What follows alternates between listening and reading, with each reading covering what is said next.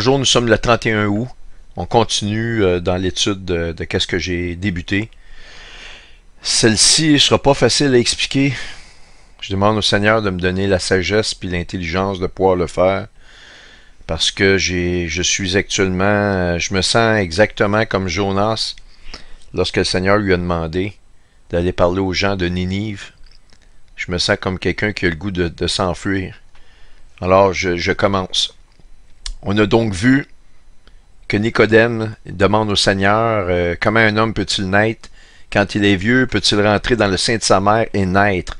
Ici, là, et naître, c'est une traduction qui est correcte, mais je vais vous la mettre ici dans la King James, qui a été traduite par le roi Jacques, par des érudits, qui est la meilleure, selon moi, la meilleure version de la Bible en dehors de la concordance ou des écrits d'origine, ok? Et ça dit bien Nicodemus said unto him, How can a man be born when he is old? Can he enter the second time into the mother's womb and be born? Fait que ce que ça veut dire, c'est est-ce qu'il peut rentrer encore une seconde fois dans le ventre de sa mère et de renaître. C'est vraiment le mot second time. Et on a vu, à la lumière de Chide, qu'elle a l'appellation 4580 Chide, qu'en regardant dans la concordance, on trouve second ou secondus, qui veut dire second. OK? Donc, ça m'amène à vous... Je vais juste faire un petit résumé rapide. Il faut que vous naissiez de nouveau. Alors, toute personne qui a accepté Christ, qui est né de nouveau, la colère de Dieu n'est plus sur vous. Et c'est mentionné curieusement dans le même chapitre de Jean 3, dont Nicodème demande comment un homme peut-il renaître de nouveau une seconde fois, que je vous ai montré déjà un peu plus tard, dernier verset, verset 36, qui est justement 3 fois, pas 3 fois, mais 6 fois 6 si vous voulez, qui est un multiple de 6 fois le chiffre 6. C'est incroyable. C'est écrit, celui qui croit au Fils a la vie éternelle, celui qui ne croit pas au Fils ne verra point la vie. Est-ce que c'est assez clair? Mais la colère de Dieu demeure sur lui. Donc, la colère de Dieu demeure pour une partie, ceux qui n'ont pas accepté Christ, et la colère de Dieu n'est plus sur la personne qui a accepté Christ. Il faut que ce soit très clair. Ayant ça dans votre esprit, je débute la démonstration que je vais vous faire. Alors, je prends bien soin ici de faire apparaître l'image de Chide dans le stellarium, dont l'appellation est 4580. Vous voyez la Strong 4580 second. Et il faut comprendre que Chide représenterait l'enfant qui naît, qui reconstitue le corps de Christ, qui est l'Église. Donc, ce sont réellement, l'enfant correspond à tous ceux qui ont accepté Christ et qui sont nés de nouveau, justement. Alors, je débute ma démonstration. Alors, je vous invite à aller dans Matthieu 12, le verset 38. On se lance. Alors, quelques-uns des spécialistes de la loi et des pharisiens prirent la parole et dirent, « Maître », ici il s'adresse dans ces termes-là à Jésus, « Nous voudrions voir un signe miraculeux de ta part. » Évidemment, c'est de l'arrogance. Ils veulent essayer de piéger Christ. Mais ils n'y parviendront pas. Il leur répondit, « Une génération mauvaise et adultère réclame un signe miraculeux. Il ne lui sera pas donné d'autre signe que celui du prophète Jonas. » Il enchaîne en leur disant, « En effet, de même que Jonas fut 3 jours et 3 nuits dans le ventre d'un grand poisson, de même le Fils de l'homme sera 3 jours et 3 nuits dans la terre. » Ici, le Seigneur prophétise sur sa propre personne lorsqu'il va être crucifié, et il prophétise aussi sur sa résurrection. Et le Seigneur enchaîne en leur disant, lors du jugement, ok, les habitants de Ninive se lèveront avec cette génération et la condamneront. C'est très important de comprendre ici. Et ça se peut que plusieurs d'entre vous les lisent rapidement puis n'aient pas saisi exactement la profondeur, l'incroyable il faut que ça soit absolument une parole inspirée.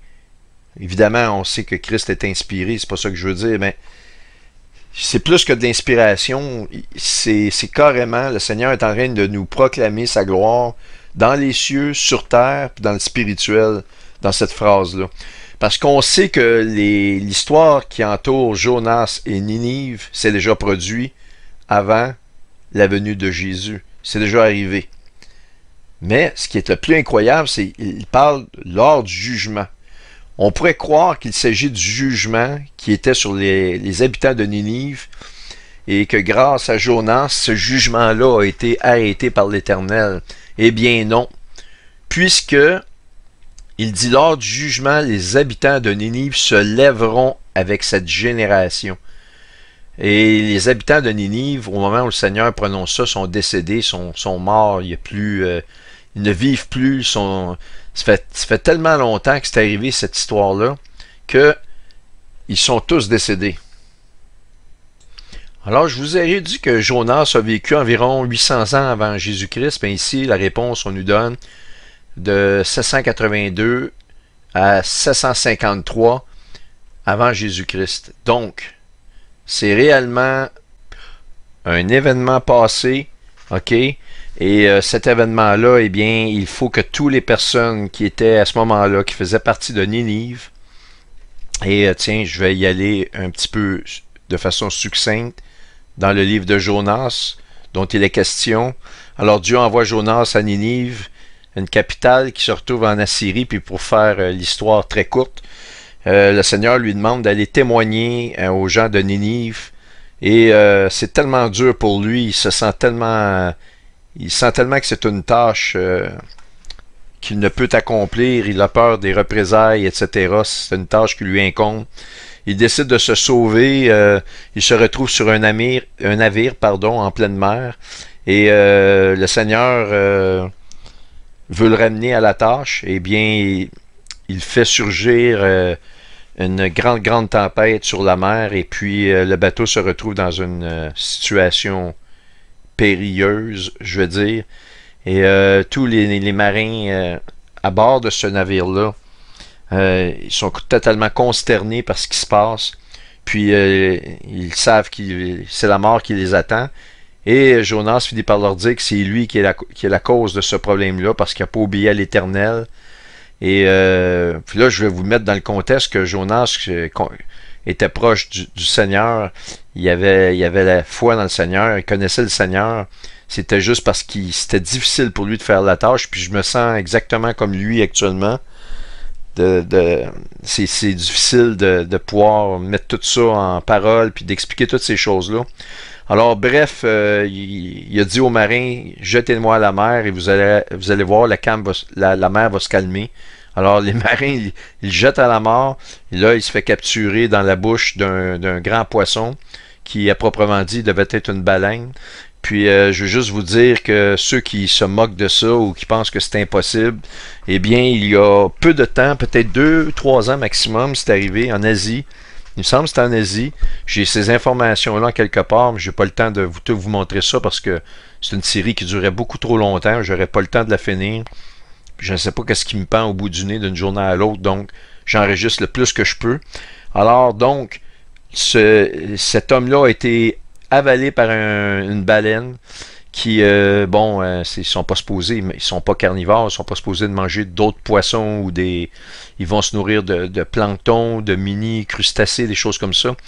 Mais bref, il a été recraché et puis les gens étaient consternés de voir qu'il était encore vivant. Et je ne sais pas combien de temps qui est passé, mais c'est plus que quelques heures. Mais ça, j'ai cette information-là quelque part. Fait que donc, bref, il est donc relâché par le poisson et finalement, Jonas va vers Ninive. Et là, exactement à Ninive, eh bien, il se passe ceci. Eh bien, il arrive on le voit dans Jonas, le 3e chapitre, versets 5 à 10, que toute la ville de Ninive, sans exception, se repent. Et même le roi, lorsqu'il entend parler du témoignage de Jonas, eh bien, se vêtit de sac, et ils se mettent à genoux, ils demandent au Seigneur de leur pardonner leur voie, Et le Seigneur donc se repentit du mal dont il les avait menacés et il ne les réalisait pas la punition ou les tourments qui devaient être, qui devaient tomber sur la ville de Ninive. Donc, ils ont été épargnés sans exception et à proprement dit ici, ce qu'on voit, c'est que toute la ville s'est tournée vers le Seigneur. Ils sont l'équivalent de ce que nous, l'Église, nous sommes aujourd'hui. Nous avons la foi dans Christ. OK?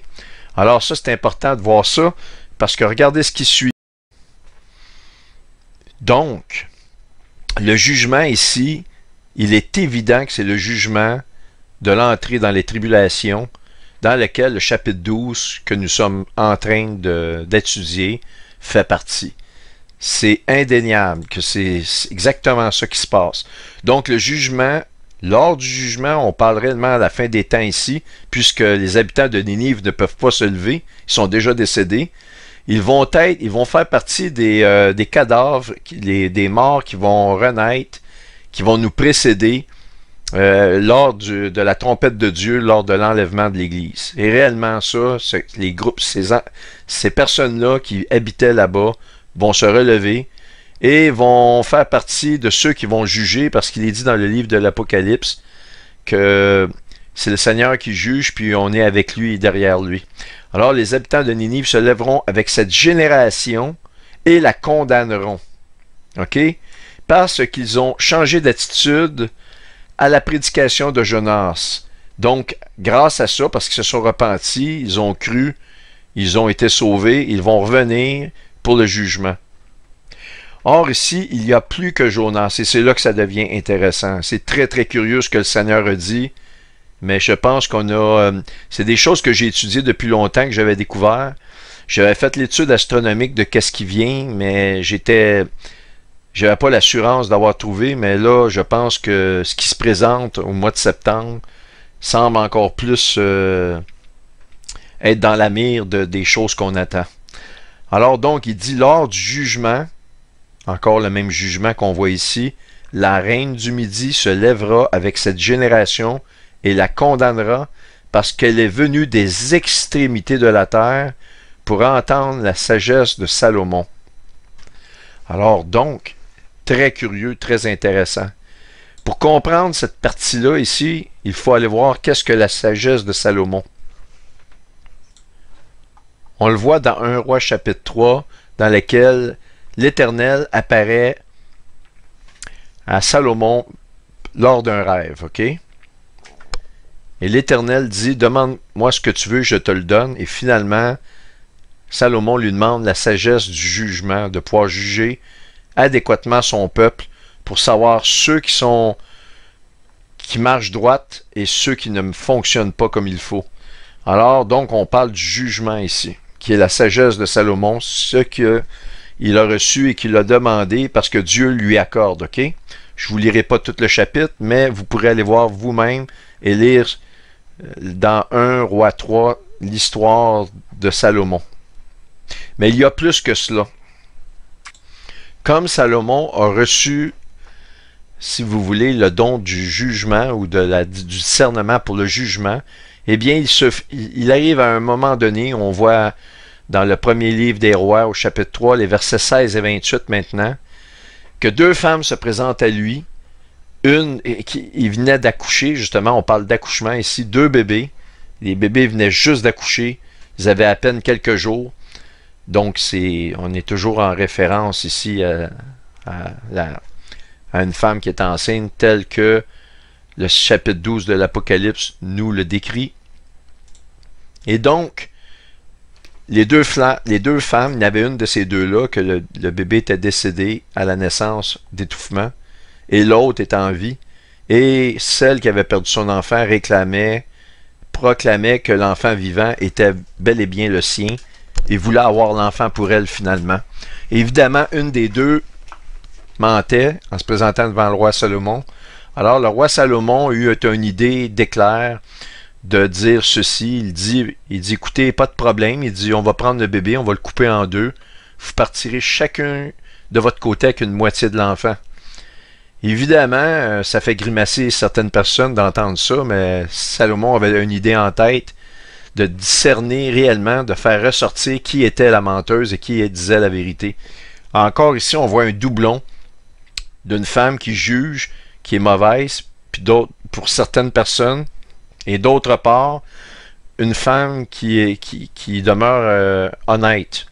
Donc, un jugement pour ceux qui ne sont pas nés de nouveau, avec le même signe qu'on voit d'Apocalypse 12, c'est une mauvaise nouvelle. C'est la nouvelle la plus terrible qu'on pouvait pas voir ou pas croire.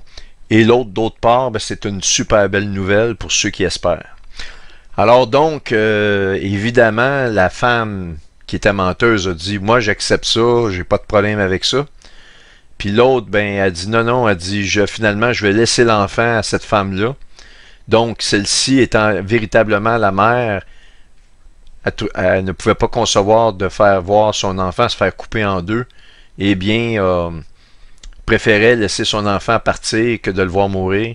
Et évidemment, Salomon sut immédiatement que c'était elle qui était la femme qui disait la vérité et a ordonné que l'enfant lui revienne. Alors ça, c'est important ici, parce que si on vient au texte qui nous intéresse ici,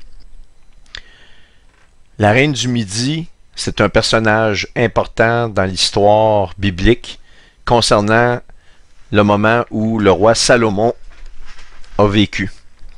Elle est, dans le fond, son identité, c'est la reine qui s'appelait Makeda, ou elle s'appelle la reine de Saba, qui était une région en Éthiopie, et elle avait le surnom du règne du Midi. Le Midi, ça signifie, au niveau astronomique, l'apogée, ou le moment où le soleil est à son zénith, ou le zénith au niveau astronomique dans le ciel. Ça signifie, le Midi, plusieurs personnes qui ont étudié la parole vont parler de l'Égypte. Quand on parle du roi du Midi, c'est souvent référence au roi d'Égypte. Mais dans ce cas-là, ici, Makeda a quitté l'Éthiopie avec plein de cadeaux, dont de l'or, pour aller spécifiquement rencontrer le roi Salomon, dont Jésus nous parle ici, parce qu'il dit qu'elle est partie des extrémités de la terre pour venir entendre la sagesse de Salomon, et c'est exactement ça. Salomon, en demandant à Dieu le don de la sagesse, il l'a obtenu au niveau du jugement. Il y a plusieurs épisodes où on voit le roi Salomon agir avec une grande sagesse, avec précision, grâce à ce que le Seigneur lui a donné. Mais c'est Salomon qui l'a demandé. Il aurait pu demander d'autres choses au Seigneur, de l'or, de l'argent, de la force, des armées, mais non, il a demandé la sagesse pour le jugement. Et puis, c'est justement cet événement-là qui a parcouru le monde de bouche en oreille, et c'est cette reine-là l'a su et s'est dit, il faut que j'aille voir absolument Salomon. Elle a eu ça en cœur. Et évidemment, comme Dieu dispose du cœur des hommes, ça a certainement été concocté par le Seigneur, puisque c'est arrivé. Mais ici, ça a une consonance absolument astronomique.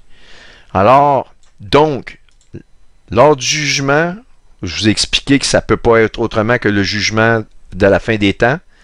Alors, c'est incroyable parce que les pharisiens ont voulu piéger le Seigneur, lui ont demandé un miracle immédiatement, et le Seigneur leur répond, ils n'auront pas un miracle ou un signe autre que celui de Jonas. Puis là, il nous parle d'une prophétie qui va venir. Il prophétise sur lui, sur sa résurrection. Donc, il est le premier d'entre nous qui est né avec un corps glorifié, nous édifiés sur son corps. Mais en plus de ça, il rentre dans une prophétie qui arriverait seulement dans la fin des temps, et eux autres ici étaient consternés. Ils ne pouvaient aucunement déchiffrer ce que le Seigneur leur disait, c'est une phrase incroyable, là. Alors, lors du jugement, on parle de Ninive.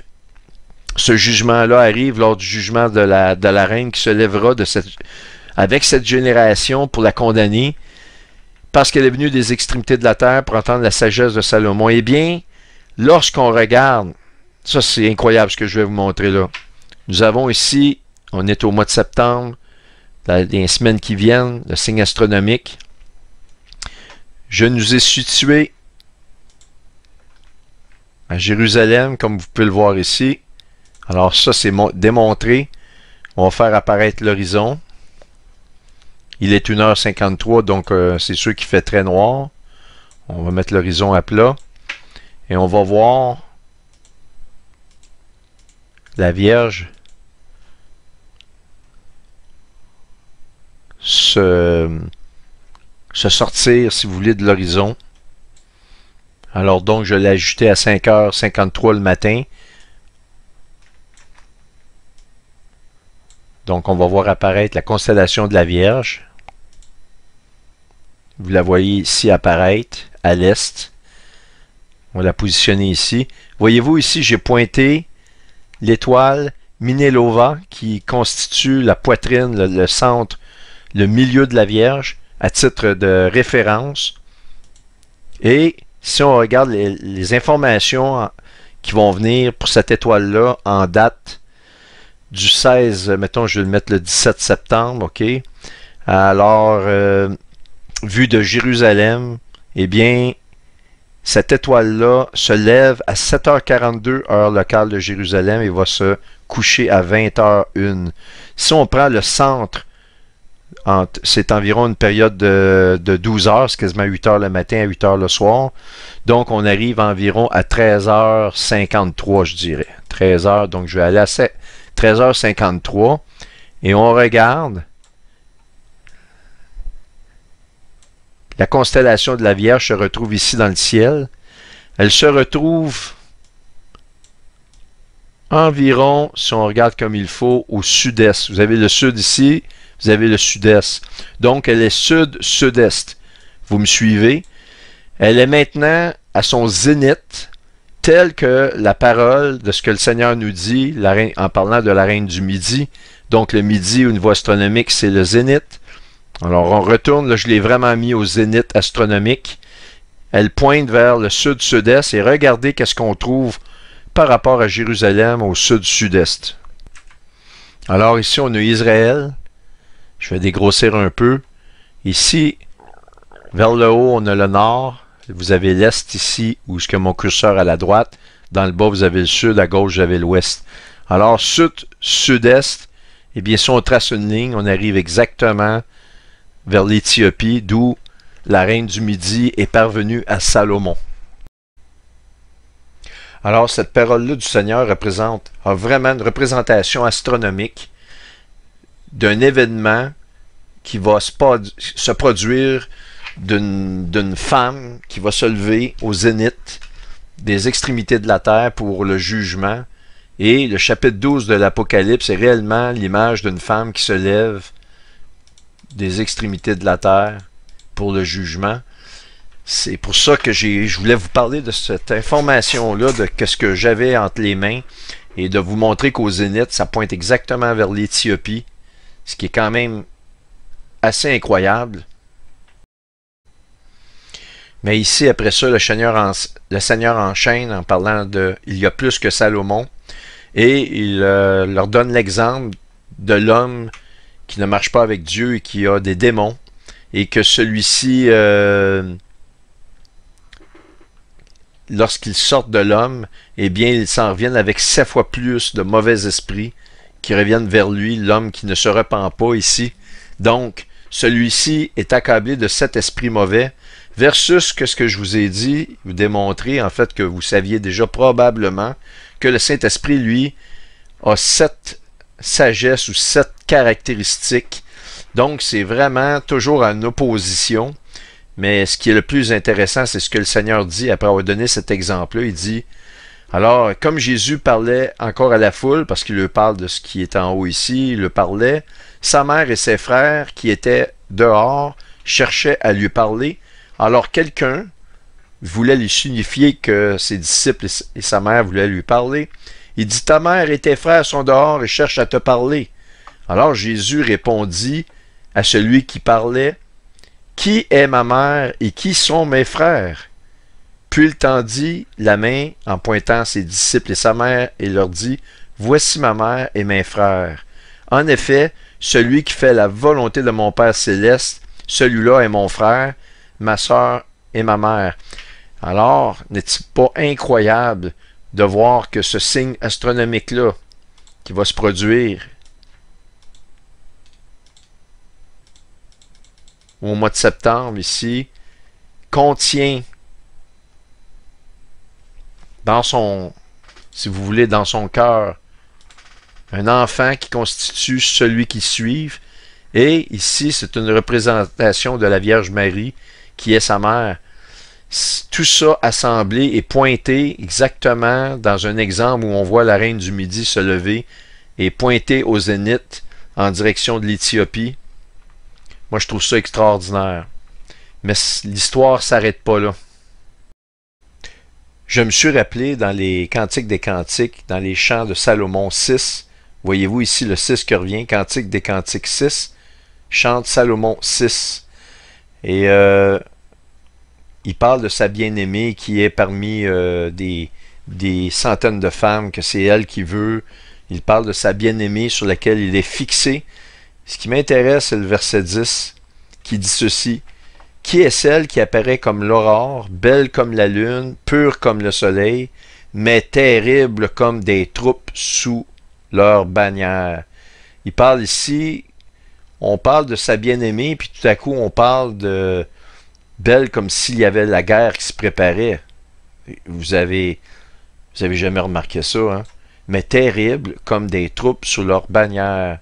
Lorsque la Bible nous dit « Sonnez de la trompette et ériger une bannière », on le voit d'ailleurs dans la destruction de la Babylone, dans Jérémie, on le voit à plusieurs endroits, mais notez ceci et retenez-le, destruction de Babylone la Grande. Ériger des bannières, faisons venir des peuples puissants du Nord, etc., etc. Vous savez déjà ces versets-là parce qu'on va y revenir. Qui est celle qui apparaît comme l'aurore, belle comme la lune, pure comme le soleil, mais terrible comme des troupes sous leur bannière. Alors regardez, fête des trompettes encore cette année. Nous avons à l'aurore qu'il est 8h53. On peut même, je pourrais même mettre un peu plus tôt, ici. 8h53, 8h30, bref. On voit que la femme est enveloppée du soleil et que la lune est à proximité au matin, vue de Jérusalem. C'est réellement incroyable. Si je fais apparaître la lueur du soleil, un peu, eh bien, on obtient ceci, c'est l'aurore. C'est réellement à l'aurore, ok? Donc, je vais fermer la luminosité du soleil, qu'on puisse voir la lune, le soleil. Eh bien, c'est exactement ce que les Cantiques des Cantiques 6.6 nous disent. Qui est celle qui apparaît comme l'aurore, belle comme la lune, pure comme le soleil, pour Salomon, mais terrible comme des troupes pour leur bannière, qui se préparent pour la guerre, si vous voulez. Et c'est un chant pour Salomon. Alors, ça me revient immédiatement, ou ça me ramène immédiatement à « Ah, ici, il y a plus que Jonas, lors du jugement, la reine du Midi se lèvera avec cette génération, la condamnera, parce qu'elle est venue des extrémités de la terre pour entendre la sagesse de Salomon. » Alors, ceci termine un chapitre que je vais vous montrer, mais j'ai à l'intérieur de ce même chapitre-là, je vais vous montrer des choses qui viennent, qui sont reliées à ce que je viens de vous montrer là quand même. Maintenant, la plupart d'entre vous connaissez 1 Corinthiens 15, le fameux passage qui nous parle des morts qui vont nous précéder dans l'enlèvement. Vous allez voir ce que je vais vous montrer. Est-ce qu'il y a des indices à l'intérieur de cela qui nous montrent qu'il va y avoir un phénomène astronomique qui nous annonce l'enlèvement? La réponse semble être oui.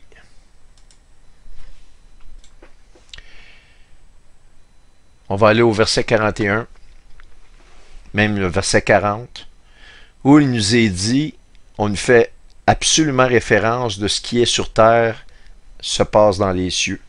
Alors, au verset 40, on nous dit, il y a aussi des corps célestes et des corps terrestres. C'est assez clair. Mais autre est l'éclat des corps célestes, autre celui des corps terrestres. Alors, il fait une relation directe entre les corps, ce qui se passe dans le ciel versus ce qui se passe sur terre. Écoutez, ça devient très intéressant. Autre est l'éclat du soleil, autre est l'éclat de la lune, et autre l'éclat des étoiles. Même une étoile diffère en éclat d'une autre étoile. Eh bien, c'est exactement ce qu'on constate en observant le ciel. Et c'est exactement tous les paramètres qu'on voit ici en parlant du Soleil, de la Lune, des étoiles et des divers objets dont, si on regarde Child, l'astéroïde qui va se retrouver, qui a un éclat différent du reste. OK? Et donc, ainsi en est-il de la résurrection des morts. Le corps est semé corruptible et il ressuscite incorruptible. OK? Et ça ici est en train de nous préparer à les morts qui vont nous précéder. Exactement ce que je vous ai expliqué sur la parole du Seigneur, où on a sûrement, la plupart d'entre nous, manqué le fait qui parle des gens de Ninive qui vont se lever pour juger. Mais comment peuvent-ils se lever pour juger alors qu'ils sont morts 800 ans avant que le Seigneur prononce cette parole-là? Eh bien, la réponse, on va la voir bientôt. Et donc, le corps, il est semé méprisable, il ressuscite glorieux. Il est semé infime, il ressuscite plein de force.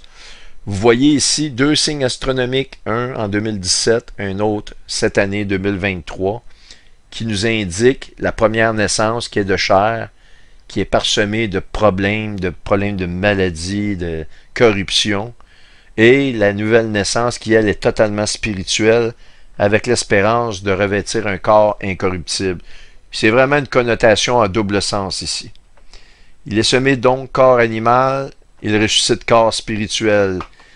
S'il y a un corps animal, il y a aussi un corps spirituel. C'est pourquoi il est écrit, le premier homme, Adam, devint un homme vivant, le dernier Adam est devenu un esprit vivifiant.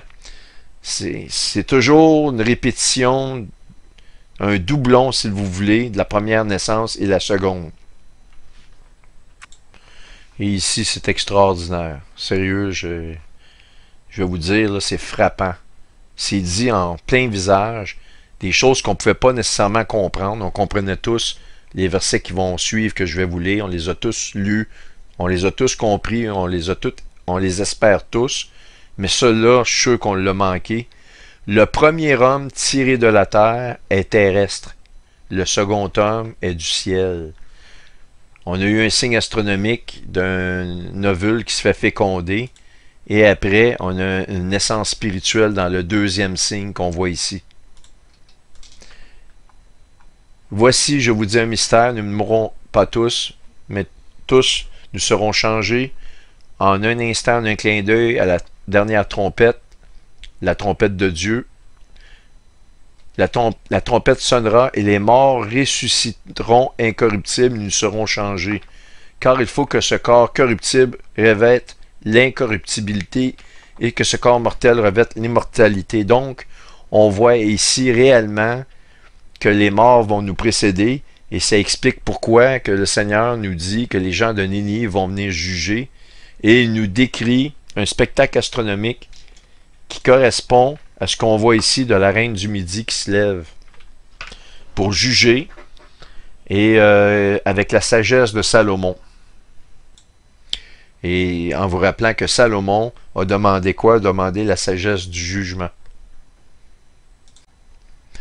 Ah oui, sans oublier que le mot Sheba, ou la reine de Sheba, Sheba signifie, ou Saba, S-A-B-A, signifie la promesse, comme on voit ici à l'écran. Et maintenant, ce qui est le plus stupéfiant, c'est le nom Salomon signifie paix. On a donc la promesse de la paix. Et qu'est-ce que la parole nous dit dans 1 Thessaloniciens 5?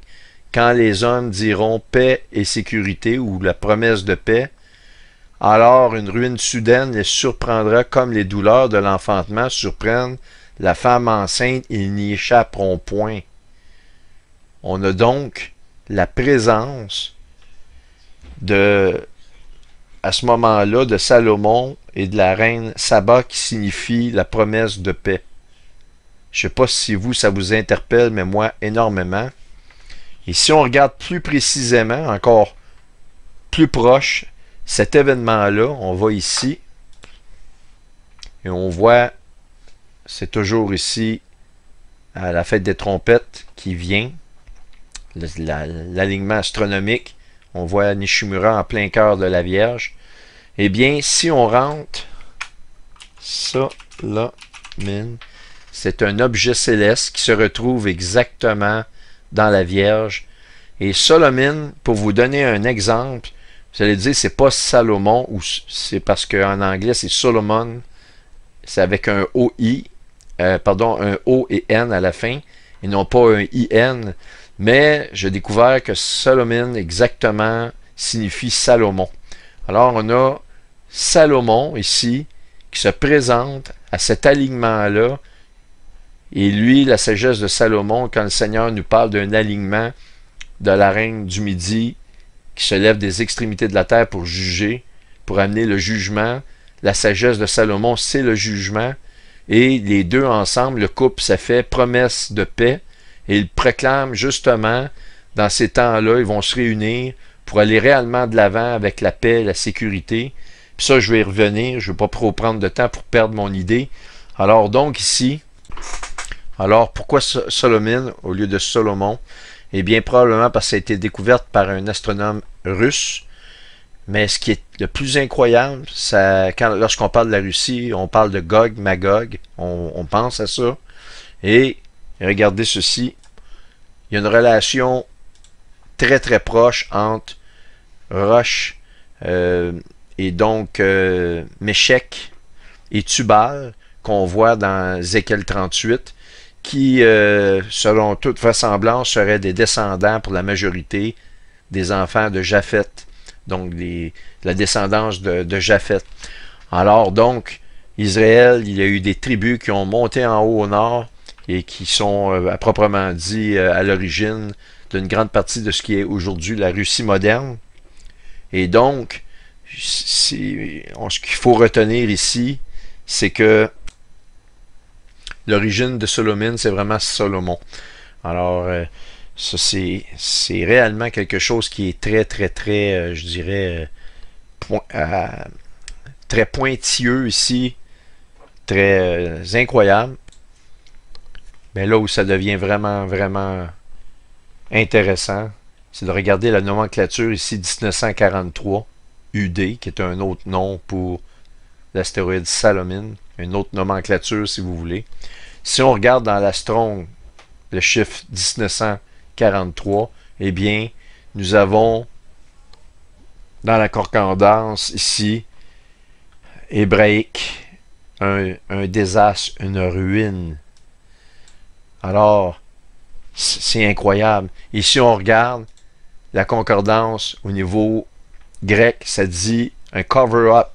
Il dissimule une ruine. Il tente de dissimuler une ruine. Et sincèrement, je suis absolument abasourdi parce qu'encore une fois, au risque de me répéter, quand les hommes diront paix et sécurité, alors une ruine